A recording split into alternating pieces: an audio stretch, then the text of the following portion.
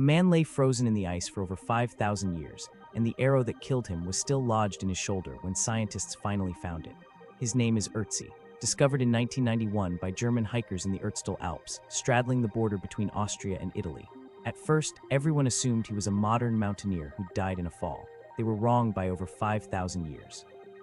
The hikers, Helmut and Erika Simon, spotted a brownish shape protruding from melting ice near a mountain pass called Hauslabjoch. They assumed it was rubbish, or perhaps a doll. Only when they climbed closer did they realize they were looking at a human body, curled face down in a rocky gully, partially freed by an unusually warm September. Local police first attempted a routine recovery, the kind used for modern accident victims. They used a jackhammer to try to chip the body free from the ice, damaging his hip in the process. It took 4 days before anyone realized this was not a recent death at all. Ötzi lived during the Copper Age, around 3300 BCE. He's the oldest naturally preserved human mummy ever found in Europe. Ice sealed his body almost immediately after death. That ice acted like a vault, locking in skin, organs, clothing, and even his final meals. For 3 decades, scientists have picked apart every detail of his final day.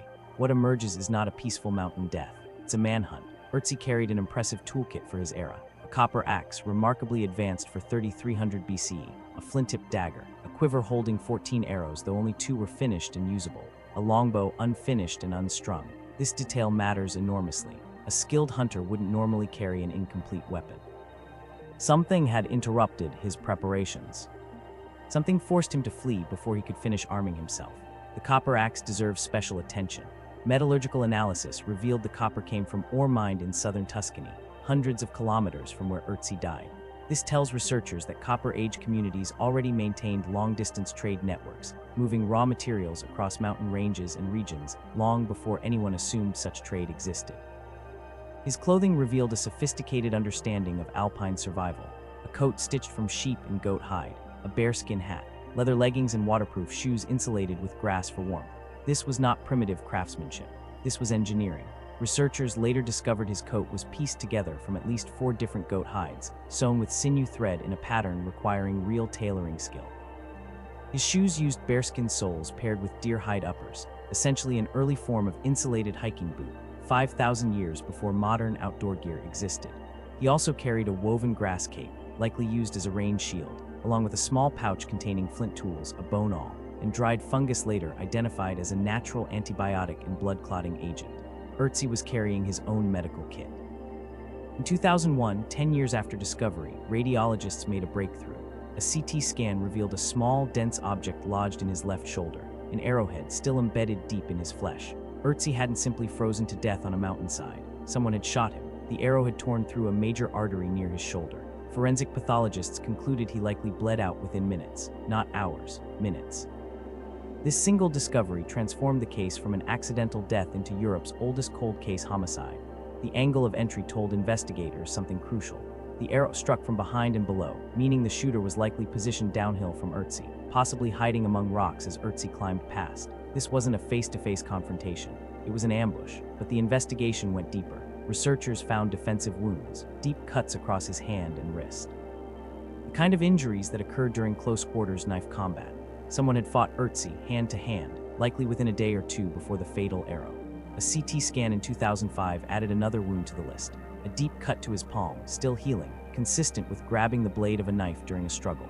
Doctors could tell this wound was several days old by the time he died, meaning Ötzi had survived one violent encounter only to be killed in a second. Then came another discovery. DNA analysis of Ötzi's clothing and weapons revealed blood from 4 different people. Not his own blood. 2 blood traces were found on a single arrowhead. A third stained his knife. A fourth appeared on his coat. This wasn't a random accident on an empty mountainside. This was violence, repeated and personal, involving multiple people over a short span of time. One theory suggests Ötzi wasn't merely a victim, but a combatant in an ongoing conflict. The blood on his own weapons could mean he wounded or killed attackers himself before he died. If true, Ötzi's final days may have involved him defending himself, or others, against multiple opponents across more than one violent clash. Scientists turned to his stomach and intestines to reconstruct his final movements. Pollen and plant spores act like tiny timestamps, revealing exactly where a person walked, because different altitudes host different vegetation. His last meal included ibex meat, red deer meat, and einkorn wheat, likely eaten as a primitive bread or porridge. The pollen inside that meal came from hop hornbeam trees, plants that only grow at lower altitudes in valley regions. This meant Ötzi had descended into a valley shortly before his death, then climbed back up into high mountain terrain. A grueling, physically demanding path, especially for someone already injured and bleeding. Researchers refined this timeline further using multiple stomach samples taken at different digestive stages. One meal, eaten roughly 8 hours before death, showed high-altitude pollen. An earlier meal showed valley pollen. This allowed scientists to trace an actual vertical path up the mountain, meal by meal, almost hour by hour. Why would an injured man climb higher into dangerous, freezing terrain rather than seek help in a village below? Researchers believe the answer is simple and brutal. He wasn't traveling, he was running. Whoever attacked Ötzi in the valley may have pursued him upward, into terrain where escape became nearly impossible. High altitude, thin air, and frozen exposure would have compounded his exhaustion and blood loss. Some researchers have proposed Ötzi chose the mountain route deliberately, not as a trap he stumbled into, but as a calculated escape. High mountain passes were treacherous for outsiders unfamiliar with the terrain. If Ötzi knew these slopes intimately, climbing higher may have been his best chance to lose pursuers who didn't know the landscape as well as he did. His final resting position adds another disturbing detail.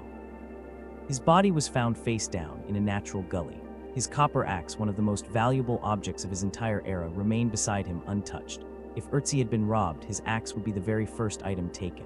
A functioning copper axe represented enormous wealth and status. Whoever killed him left without it. This detail reshapes the entire theory. This likely wasn't a robbery. It may have been closer to an execution, a blood feud, or tribal retaliation. Something deeply personal, not opportunistic. Some researchers propose Ötzi may have stolen something himself, or violated a tribal boundary or taboo. Others suggest a long-running conflict finally caught up with him on that mountainside. Without written records from that era, the exact motive remains genuinely unknown. One competing theory suggests Ötzi held a position of authority, perhaps a chieftain, a shaman, or a skilled metalworker. His copper axe was a status symbol very few people in his community could have owned. If Ötzi held real social power, his death might reflect a succession dispute or a power struggle within his own community, rather than an external threat.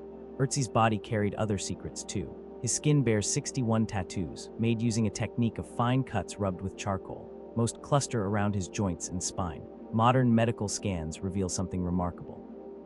Many tattoos sit precisely over areas of arthritis and joint degeneration in his body. This strongly suggests early acupuncture-style therapy, predating Chinese acupuncture's earliest confirmed records by roughly 2,000 years.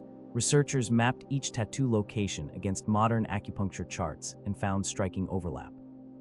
Points on his lower back, knees, and ankles match locations still used today to treat joint pain and inflammation. If this connection holds, it suggests some form of therapeutic bodywork existed independently in Copper Age Europe, entirely separate from its development in Asia. Ötzi suffered from more than joint pain. Scientists found evidence of Lyme disease in his tissue, the oldest confirmed case in human history. His arteries showed signs of hardening, meaning cardiovascular disease existed even 5,300 years ago, long before modern diets or lifestyles. He also carried whipworm eggs in his intestines, and DNA evidence suggests he may have had brown eyes, a genetic predisposition toward heart disease and lactose intolerance. His stomach also revealed traces of Helicobacter pylori, a bacteria linked to stomach ulcers, genetically similar to strains found in modern South Asian populations rather than European ones. This detail hints at complex migration patterns across ancient Europe, long before written history began recording human movement. Genetic testing traced his ancestry to modern Sardinia and Corsica, far from where his body was found. His genetic lineage has almost no direct descendants among people living in the Alps today. This finding puzzled researchers. If Ötzi's genetic relatives are concentrated on Mediterranean islands rather than in the Alps, his ancestors likely migrated from the Mediterranean into Central Europe generations before his birth. Then the specific population he belonged to largely vanished from the region entirely, leaving few or no direct genetic descendants in the area where he died. In 2023, researchers refined his facial reconstruction using updated DNA analysis. The new model reveals a man who likely appeared older than his estimated 45 years at death, with dark skin, dark eyes, and significant hair loss, a marked shift from the earlier reconstruction, which mistakenly gave him lighter features and a full head of hair. This revised image forced scientists to reconsider assumptions about Copper Age Europeans generally. Skin pigmentation across the continent evolved more slowly and unevenly than once believed, meaning appearances like Ötzi's dark skin, combined with genetic markers for lactose intolerance, were likely common among his contemporaries. Ötzi's body now rests in a specialized cold chamber at the South Tyrol Museum of Archaeology in Bolzano, Italy. Engineers maintain the exact temperature and humidity of an actual glacier, preserving him precisely as the ice once did. Millions of visitors have viewed him since the museum opened. Few realize they're looking at the victim of an unsolved, 5,300-year-old murder investigation, one more detailed than most modern cold cases. Ötzi's discovery fundamentally changed archaeology. Before him, Copper Age Europeans existed mostly as theories, reconstructed from scattered bone fragments and broken pottery. Ötzi gave researchers an entire, intact human being. His tools, his clothing, his final meal, his DNA, and ultimately his violent death. He answered questions scientists didn't even know they could ask, and he left behind one question nobody can answer.